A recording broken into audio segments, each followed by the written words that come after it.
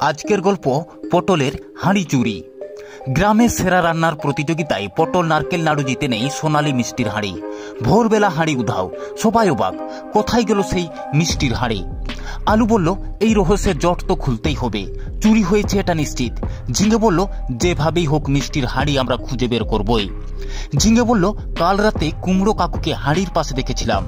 তারা গিয়ে দেখে কাকু ইউটিউবে হাঁড়ি চুরির ঘটনা নিয়ে লাইভ করছেন উত্তেজনায় টকবক করে। বেগুন মাঠে একা থলে ঘাঁটছিলেন, চোখে মুখে গোপন ভাব। থলে খুলে দেখা গেল কাঁঠালের বিচি আর শুকনো কলাপাতা, মিষ্টির চিহ্ন নেই। কুয়োর ধারে এক পাটি চটি আর অচেনা পায়ের ছাপ দেখা গেল। আলু বলল, ছাপটা ওই ঝোপের দিকে গেছে, কিছু একটা আছে। ঝোপ সরিয়ে ওরা পেল মাটির নিচে চাপা এক কাঠের দরজা। দরজা খুলতেই নেমে গেল গুহার মতো এক গোপন জায়গায়। ভেতরে নিস্তব্ধতা। একটি পুরনো বাক্সে ছিল সেই সোনালী হাঁড়ি, চকচকে ও অক্ষত। পাশে রাখা চিরকুটে লেখা, দস্যু বিড়ালের ভয়ে লুকিয়ে রেখেছি, আমি বাঁধাকপি প্রধান।